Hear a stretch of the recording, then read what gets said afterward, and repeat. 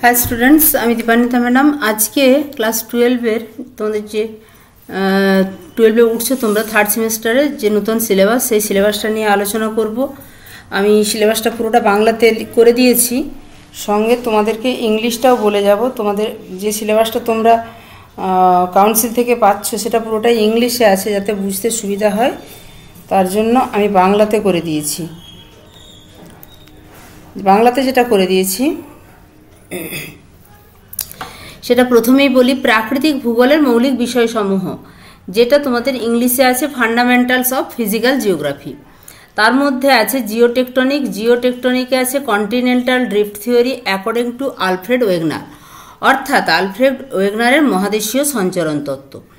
2-এর দাগে আছে geomorphic process, তার মধ্যে আছে exogenic processes, mass wasting, glacial landforms and karst landforms, অর্থাৎ বহির্জাত প্রক্রিয়াসমূহ, তার মধ্যে পুঞ্জিত স্খলন, গ্লেসিয়াল যেটা হিমবাহের কাজের ফলে সৃষ্ট ভূমিরূপ সমূহ, এবং কার্স্ট ল্যান্ডফর্ম যেটা হচ্ছে কার্স্ট অঞ্চলে গঠিত ভূমিরূপ সমূহ।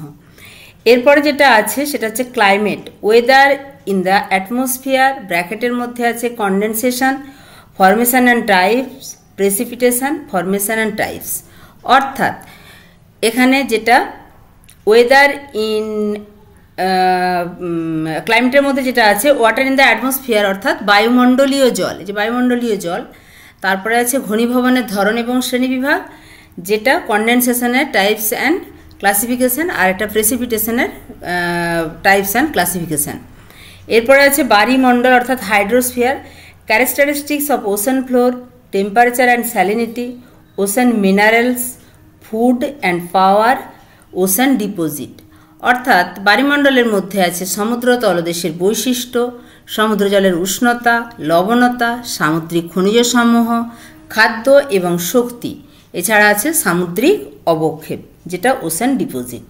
5-এর দাগে আছে বায়োস্ফিয়ার অর্থাৎ জীবমণ্ডল, সেখানে আছে nature, concept and types of ecosystem, concept of trophic levels, food chain and food web, অর্থাৎ বাস্তুতন্ত্রের প্রকৃতি, ধারণা এবং শ্রেণীবিভাগ, পুষ্টি স্তরের ধারণা, খাদ্য শৃঙ্খল এবং খাদ্য জাল। খাদ্য শৃঙ্খল বলতে ফুড চেন, ফুড ওয়েবটা হচ্ছে খাদ্য জাল। এরপরে আমরা চলে যাব বিতে, অর্থাৎ ফান্ডামেন্টালস অফ হিউম্যান জিওগ্রাফি, মানবীয় ভূগোলের মৌলিক বিষয়সমূহ। তার মধ্যে প্রথমেই যেটা আছে ইউনিট 1-এ কনসেপ্ট অফ ডেমোগ্রাফি। তোমরা বাংলাটা, আমি ইংলিশটা বলছি, তোমরা বাংলাটা এখানে দেখতেও পাচ্ছ, আমি তাও একবার বলে দেবো। কনসেপ্ট অফ ডেমোগ্রাফি অর্থাৎ জনসংখ্যার ধারণা। তারপর আছে distribution and density of population world wide, পৃথিবীব্যাপী জনসংখ্যার বন্টন এবং ঘনত্ব। তারপরে আছে determinants and measures of population growth, birth rate, death rate, migration, অর্থাৎ জনসংখ্যা বৃদ্ধির নিয়ন্ত্রক এবং পরিমাপক সমূহ, জন্মহার, মৃত্যুহার এবং পরিব্রাজন। এরপরে আছে সেটেলমেন্ট অর্থাৎ জনবসতি, classification, types and patterns of settlement, factors determining and types of rural settlement, functional classification of urban settlement, problems of rural and urban settlements, অর্থাৎ জনবসতি শ্রেণীবিভাগ, ধরন এবং বিন্যাস, বিভিন্ন ধরনের গ্রামীণ বসতি গড়ে ওঠার নিয়ন্ত্রক সমূহ, শহরের বসতির কর্মভিত্তিক শ্রেণীবিভাগ, গ্রামীণ এবং শহরের বসতির সমস্যা সমূহ, যেটা problems of urban and rural settlement. এরপরে আসছে জিওগ্রাফি অফ ইন্ডিয়া অর্থাৎ ভারতের ভূগোল। শীতে ভারতের ভূগোলের মধ্যে ইউনিট 1-এ আছে পপুলেশন অফ ইন্ডিয়া, জনসংখ্যার বন্টন, ঘনত্ব, বৃদ্ধি এবং উপাদান সমূহ, যেটা এখানে আছে distribution, density, growth and composition of population. Unit 2-তে আছে ওয়াটার রিসোর্সেস, জল সম্পদ, জল সংরক্ষণ এবং জল ব্যবস্থাপনা, অর্থাৎ water conservation and management, watershed management and rain water harvesting, nature and types of irrigation system, sustainable use of water resources. এখানে পুরোটা বাংলা করে দেওয়া আছে জল সংরক্ষণ এবং জল ব্যবস্থাপনা, জলাশয় ব্যবস্থাপনা এবং বৃষ্টি জল সংরক্ষণ, জলসেচ ব্যবস্থার প্রকৃতি এবং ধরন, জল সম্পদের সুসংহত ব্যবহার। এরপরে যেটা আছে মিনারেল অ্যান্ড এনার্জি রিসোর্স অর্থাৎ খনিজ এবং শক্তি সম্পদ, সেখানে আছে types, distribution and uses mineral resources, তার মধ্যে আছে iron ore, manganese, bauxite, copper, mica, conventional energy resource তার মধ্যে আছে coal, petroleum, natural gas, nuclear energy. Non conventional energy resource যেটা তার মধ্যে আছে solar, wind, tidal, geothermal and biogas energy, যেটা ওটেক। অর্থাৎ এখানে এটা ভুল আছে, ওটিইসি হবে।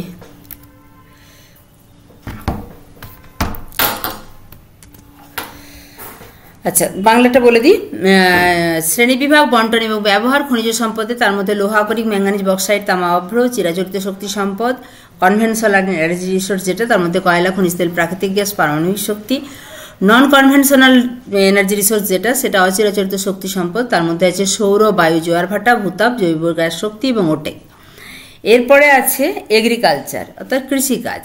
কৃষিকাজের মধ্যে আছে importance of agriculture in the Indian economy, concept of crop calendar, crop rotation, crop combination, crop intensity, green, white, blue revolution in India, production wise distribution of important cash crop গুলোর মধ্যে আছে জুট, কটন, সুগারকেন অ্যান্ড টি। অর্থাৎ ভারতীয় অর্থনীতিতে কৃষির গুরুত্ব, শস্য ক্যালেন্ডারের ধারণা, শস্যাবর্তন, শস্য সমন্বয়, শস্য প্রগাঢ়তা, ভারতের সবুজ বিপ্লব, শ্বেত বিপ্লব, নীল বিপ্লব, গুরুত্বপূর্ণ অর্থকরী ফসল যেটা বললাম তোমাদের ইম্পর্টেন্ট ক্যাশ ক্রপস, তার মধ্যে আছে পাট, তুলা, আখ, চা।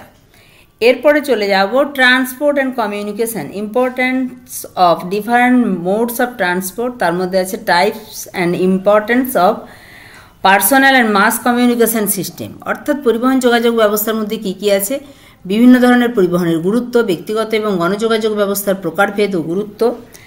এছাড়া আছে ট্রেড অ্যান্ড ইকোনমি, বাণিজ্য এবং অর্থনীতি।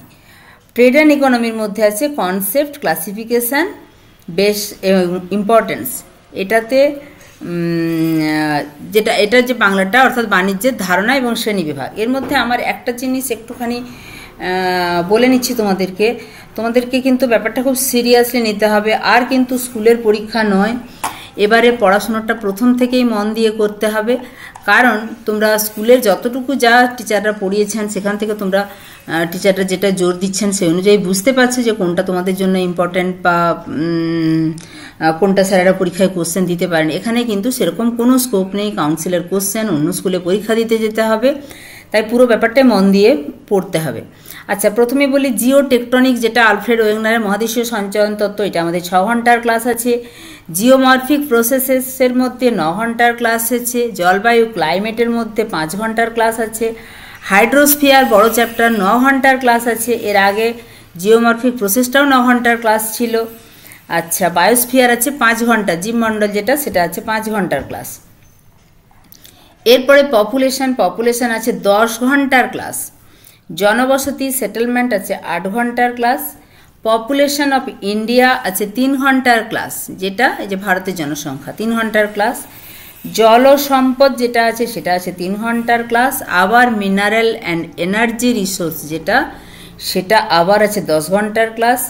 এগ্রিকালচার আছে 8 ঘন্টার ক্লাস। ট্রান্সপোর্ট অ্যান্ড কমিউনিকেশন আছে 2 ঘন্টার ক্লাস। পরিবহন যোগাযোগ ব্যবস্থা, বাণিজ্য এবং অর্থনীতি আছে 2 ঘন্টার ক্লাস।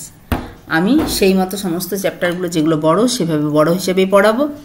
তাই সবাইকে বলবো আমার চ্যানেলটা পরপর দেখলে তোমরা কিন্তু 3rd সেমিস্টারের পুরো সিলেবাসটা কভার করতে পারবে।